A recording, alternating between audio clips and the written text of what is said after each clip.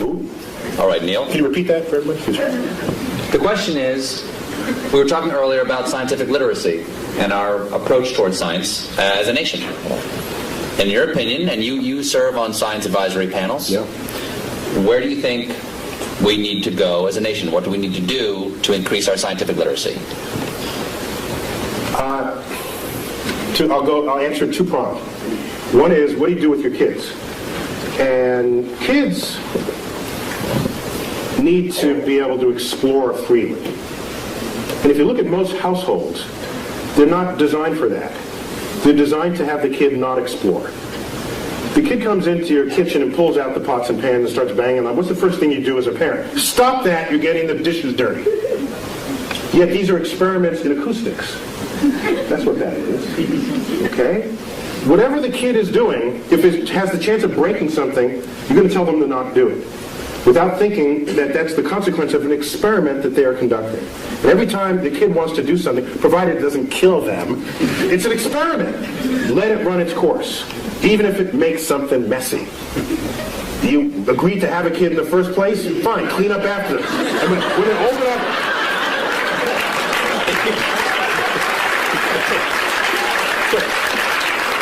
Because it's those seeds of curiosity that is the foundation of what it is to become a scientist. Now, I don't want everybody to be a scientist. That'd be a boring world. I want the poets, and I want the musicians, and we need that. And I don't have it. But I'm talking about promoting science literacy. And so the first step for the parents is to get out of the way. Allow the child to explore. They start playing in the mud. Don't do that in the mud. I just cleaned those pants. You're getting in the way of another experiment. They start plucking the petals off the flowers you just bought from the florist. And you say, stop that, I just paid $10 for the flowers. Had you let that continue, they find in the middle the stamen and the pistil, and they learn something about the flower. For $10. That's cheap. Derek Bach, one-time president of Harvard, once said, if you think education is expensive, try the cost of ignorance. And so that's got to start at home. In the schools, I don't have a problem with the fact memorizing, but don't equate that with what it is to be wise or what it is to be smart. Smart should be some combination of that, yes, but also, what is your lens on the world? How do you figure things out? And you promote that by stimulating curiosity. And I don't see enough stimulating curiosity in this world. This is a famous school right here. I saw the banner in the opening corridors. So you probably don't have that problem here, all right? But the whole world is not educated in this building. So a lot of change would need to happen in that regard. Now getting back to policy. I have tried. You do a simple Google, like YouTube and Tyson, my name, but put Neil so you don't get Mike. Dining on someone's ear. Half of what ends up thrown onto YouTube are talks I've given where I'm trying to convince people, not only the public, but lawmakers and people in power, that investing in the frontier of science, however remote it may seem in its relevance to what you're doing today, is a way of stockpiling the seed corns of future harvests of this nation. And those seed corns, what they do is, whether or not you know it today, advancing a frontier, history has shown, has advanced a culture ever since the Industrial Revolution got underway. And we can speak more hegemonistically about it, that anyone who has embraced the powers of technology has enjoyed economic wealth, the likes of which the world has never seen, attendant with strength of security. Okay? And so people say today, they'll say, so suppose the next terrorist attack is like a chemical attack. Do you call out the Marines, or do you get your best chemists to figure out what to do about that? There's a point where your weapons are not as useful as the brain of the scientist who you could bring to bear on the problem. And so I see science and technology and creative investments in it as the most significant infusion to our economy that could possibly be conceived. The problem is it's not going to boost the economy next quarter. It's got a time horizon longer than most people have the patience for, and most politicians have the re-election cycle to be tolerant of. So what we need is a longer view on those investments. I don't want to have NASA going hand in hand trying to get money to stimulate the frontier of cosmic discovery. And that frontier now involves biologists in the search for life, chemists in understanding the soils of Mars, aerospace engineers.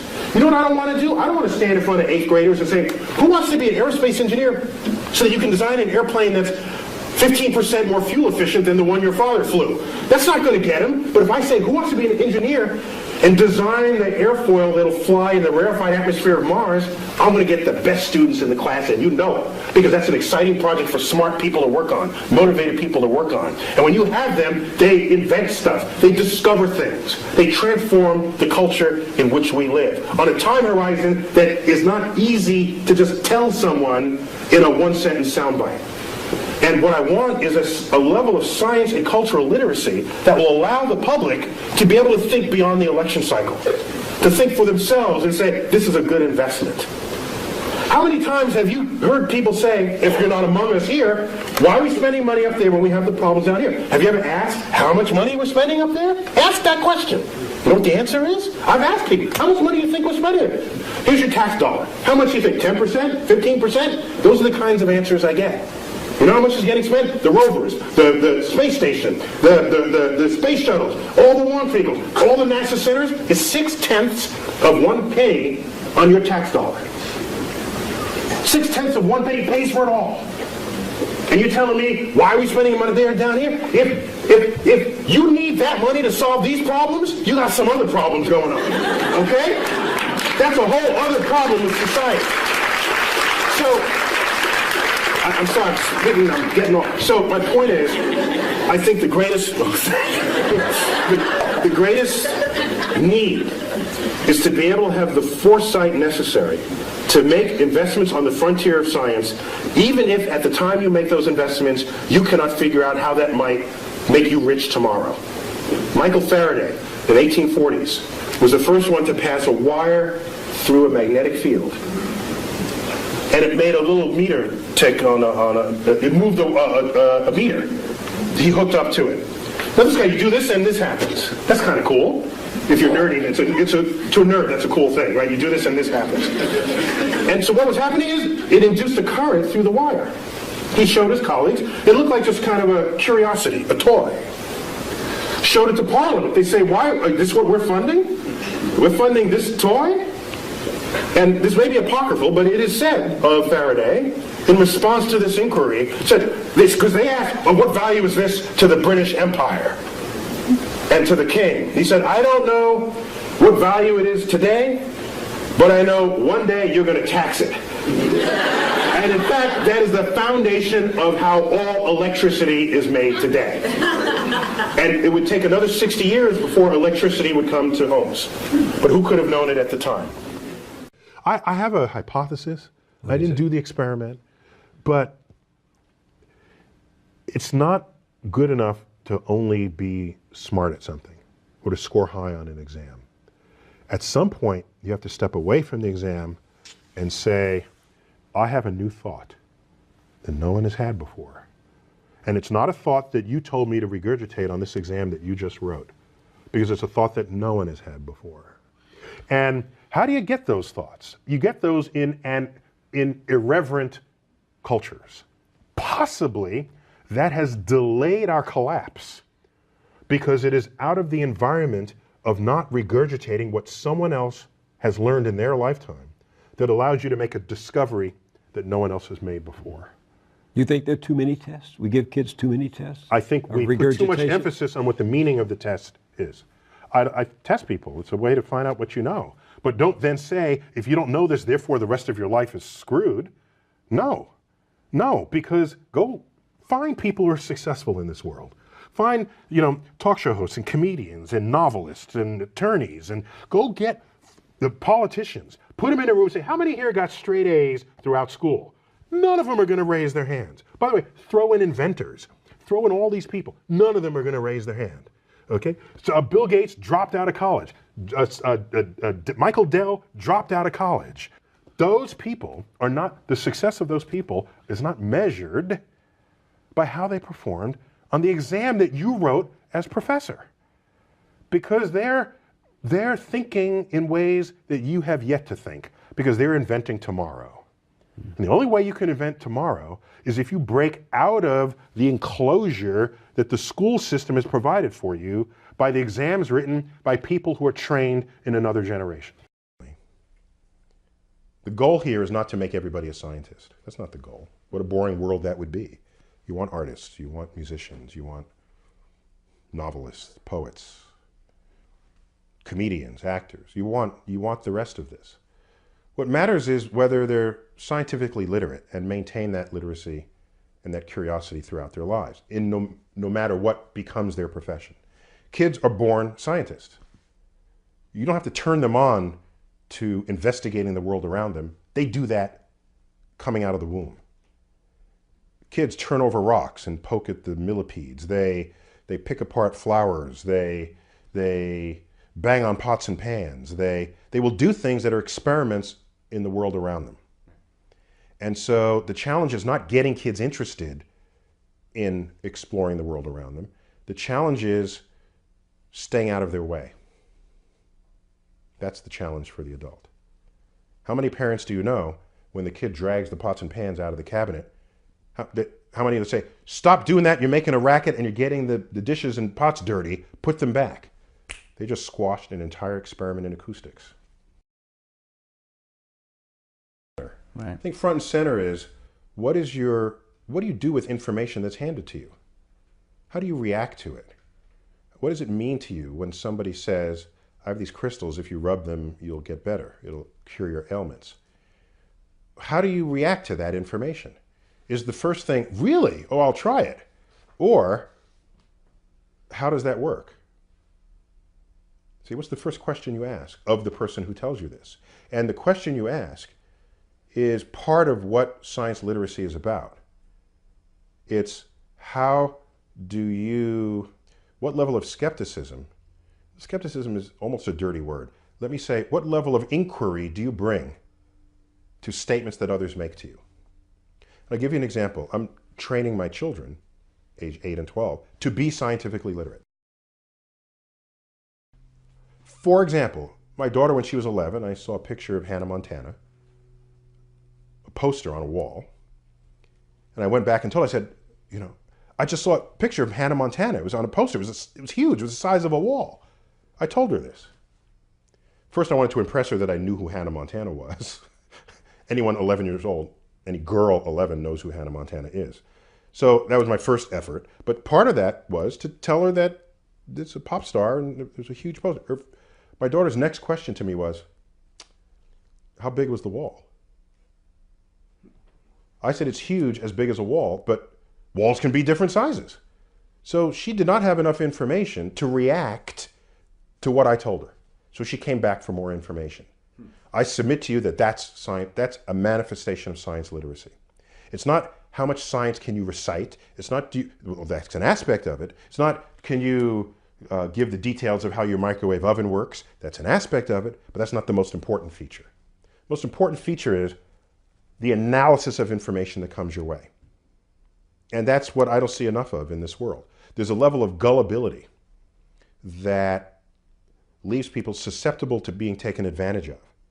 I see science literacy as a kind of a vaccine against charlatans who would try to exploit your ignorance. Why is it that you have this uncountable number of web pages given unto the apocalypse in the year 2012? And you look them up and you see what they say, and it says, Earth, the sun, the center of the galaxy will come into perfect alignment on December 21st, 2012, and the extra gravity is going to knock Earth off its axis, and it'll be the end of the world as we know it. So, do you just believe that? Or do you ask questions about it? Your next question should be, how often does Earth, the sun, and the center of the galaxy align?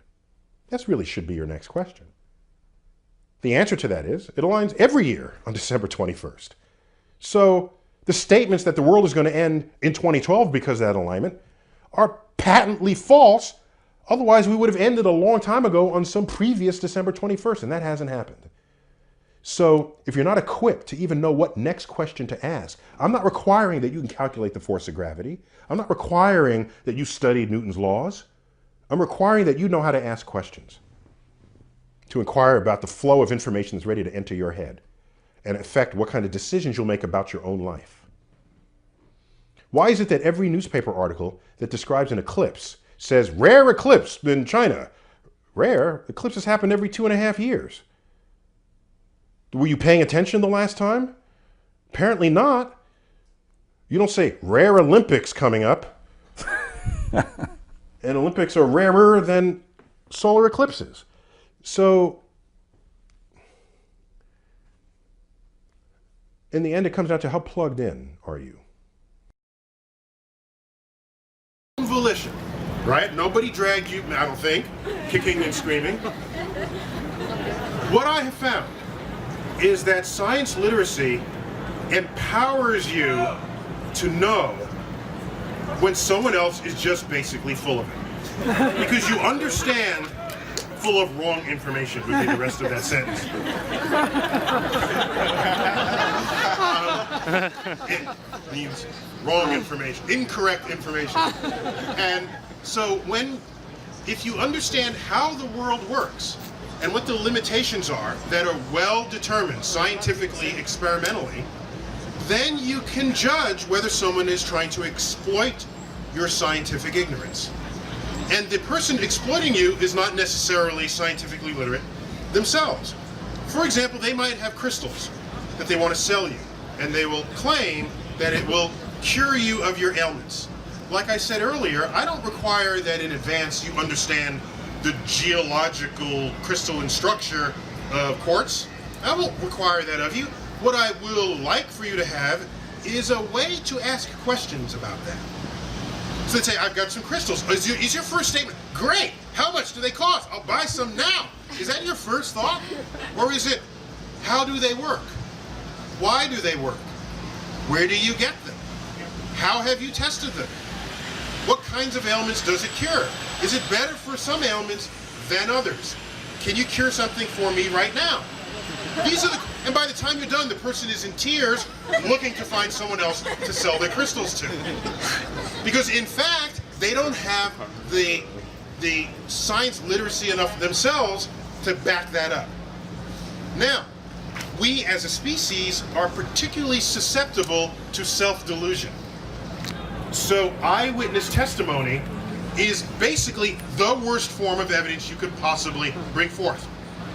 Odd, because it's some of the highest form of evidence in the court of law, which leaves me deeply worried about the future of our legal system. Because if you come to a science lab and said, it happened this way, I swear to you I saw it, it's like, get out of my lab. I don't need this. What did you drink this morning? Or were you awake when you made the measurements? Give me a chart recorder. Give me some other device that is independent of your emotional state. It doesn't require that you had your cup of coffee in the morning to get the proper data. Then we can start the conversation about whether your phenomena that you measured is correct. So science literacy empowers you. It inoculates you against charlatanism. But more important than that, in a free society that we tell ourselves is a capitalist society, and we are blocks from Wall Street, which is the symbol of capitalism, the greatest symbol of capitalism there ever was. In a capitalist society, those in the know that yes, one way to make money is to trade money, but at some point somebody's got to actually make stuff to sell. Somewhere in there you got to be making something. Who makes things? Who invents things? What are the engines of tomorrow's economies? What we've known since the dawn of the Industrial Revolution is that innovations in science and technology and investments in those innovations enable nations to rise to economic power such as the strength of which they have never seen before. So that the extent to which we eschew, good SAT word there, eschew, the extent to which we disassociate, the extent to which we denigrate or presume it is of no relevance to us, the innovations of science, engineering, technology, and mathematics, that is the unraveling of the technological society that we've come to know and love, that was built on the sweat equity of the generation that came before us, who understood the value of those investments. And so what would happen is America would fade to insignificance on the world stage, which is a state of presence that we are unaccustomed to occupying. Now, it's your choice. In an elective society, you vote in congressmen and senators and the president. We choose the future. We're not run under dictatorships. So all I can do is alert you of the consequences of science illiteracy. I can tell you, for what it's worth, that scientists, by and large, are actually quite knowledgeable in areas outside of science. If you go to the home of most scientists, there'll be Bach and Beethoven and Shakespeare on the shelves. And they might not know as much as the literary scholar, but one thing that I think as a nation we should be embarrassed by is that the scientists, you can do this experiment yourself, I've done the experiment. The scientists, by and large, know more liberal arts than the science that is known by liberal artists. And that needs to change. If you go to a science cocktail party and someone talks about Shakespeare, no one's going to say, oh, I was never good at Shakespeare, I was terrible at nouns and verbs. No, you'll never hear that. But you can go to liberal arts parties, artist parties, and someone starts talking about math and says, oh, I was never good at math, I hated math. And they all chuckle, and they all agree. And they'll all like sip the next sip of champagne and go on talking about the art. And that's somehow okay. No, that's not okay.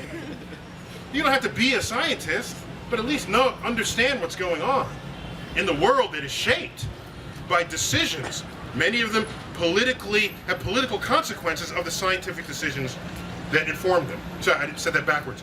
So the scientific decisions inform political decisions, and you all vote. So I'm here just to simply get you excited enough about science that you want to become scientifically literate. Otherwise, I'm not going to beat you over the head.